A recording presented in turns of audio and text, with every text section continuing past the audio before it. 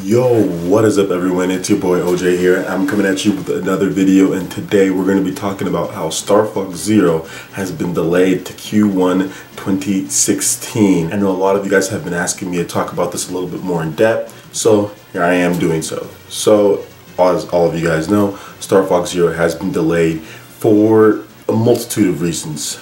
I'm not going to go over exactly what Shigeru Miyamoto said and what Platinum Games said, but I'll just go ahead and summarize what each one said. So Shigeru Miyamoto put up a big Facebook post saying, hey, this is the reason why it's delayed. It's not going to be a long delay. It's going to be the Q1. We want to polish up level design.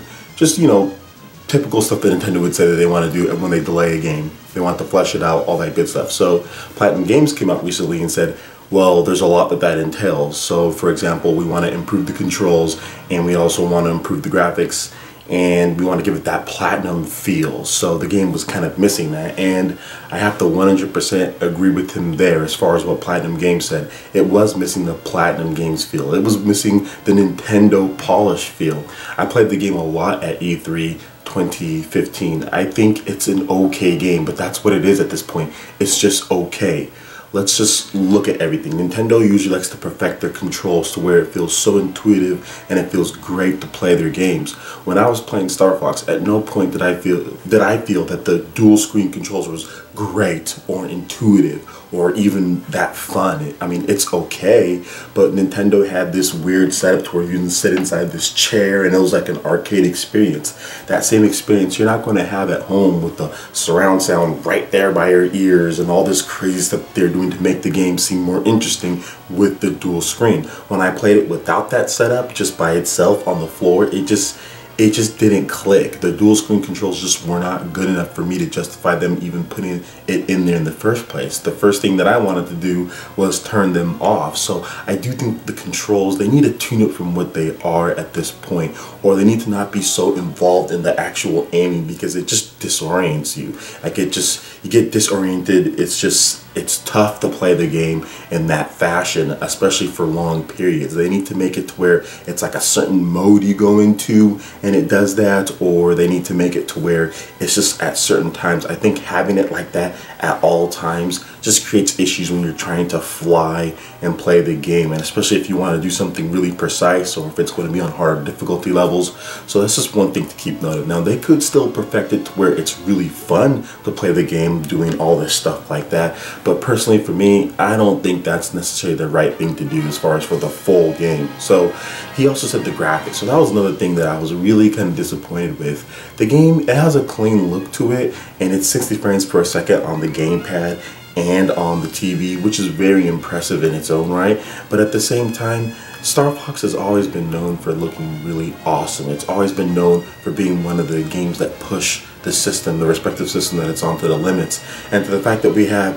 Nintendo's first HD system here, and the Star Fox game just really isn't up to par graphically, is a little upsetting. And it's not even talking about other systems, so like PS4, Xbox One or something like that. We're talking about even up to Wii U standards, so like Mario Kart or Bayonetta 2 or a lot of the games Nintendo's released. It just doesn't look anywhere near as good as those games, and that's a little upsetting because I was expecting something on the level of a Mario Kart 8 or at least a little bit below that. So they did say that they are going to take some time to improve the graphics, and they have been improving the graphics slightly from each build that we've seen, but they need to take a little bit more of a step, whether that's reducing the gamepad's impact during the game so where they can free up some space to put more in the graphics. I think that might be a good idea, but then again, I don't know if that's the case. I'm just thinking of ideas that they could do, or even if they just gives them more time to just really work on the graphics in the game. I think the game needs to be a little bit more visually pleasing, especially for all the Star Fox 64 fans out there that really loved Star Fox 64 when it first came out and was like, man, this game looks amazing. And then even like the remake on the 3DS, like that came out and it was like, man, that looks really good. This is pushing the system. But then you see Star Fox on the Wii U and you're like, okay, well, it has a clean look to it, but this isn't pushing the Wii U at all. And then you look at how many enemies are on screen and you're like, man, there's not that many enemies either. So it seems like they're focusing completely on gamepad, and the gamepad usage isn't necessarily amazing. There's games that use the gamepad better in my opinion. So it's just really, it's a difficult balance for Nintendo, especially with this whole dual gamepad type deal. So they really need to just take their time.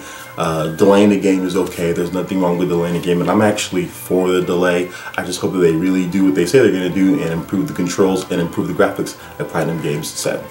Alright, so that basically wraps it up for what I have to say on Star Fox Zero. Let me know you guys' thoughts in the comment section below. I would love to hear it. And also hit that like button if you did like this video. Let me know you guys want more discussion videos just like this one. And subscribe to PlayerEssence for more news, reviews, trailers, tips, and tricks. Thank you so much, and we will see you guys for the next video.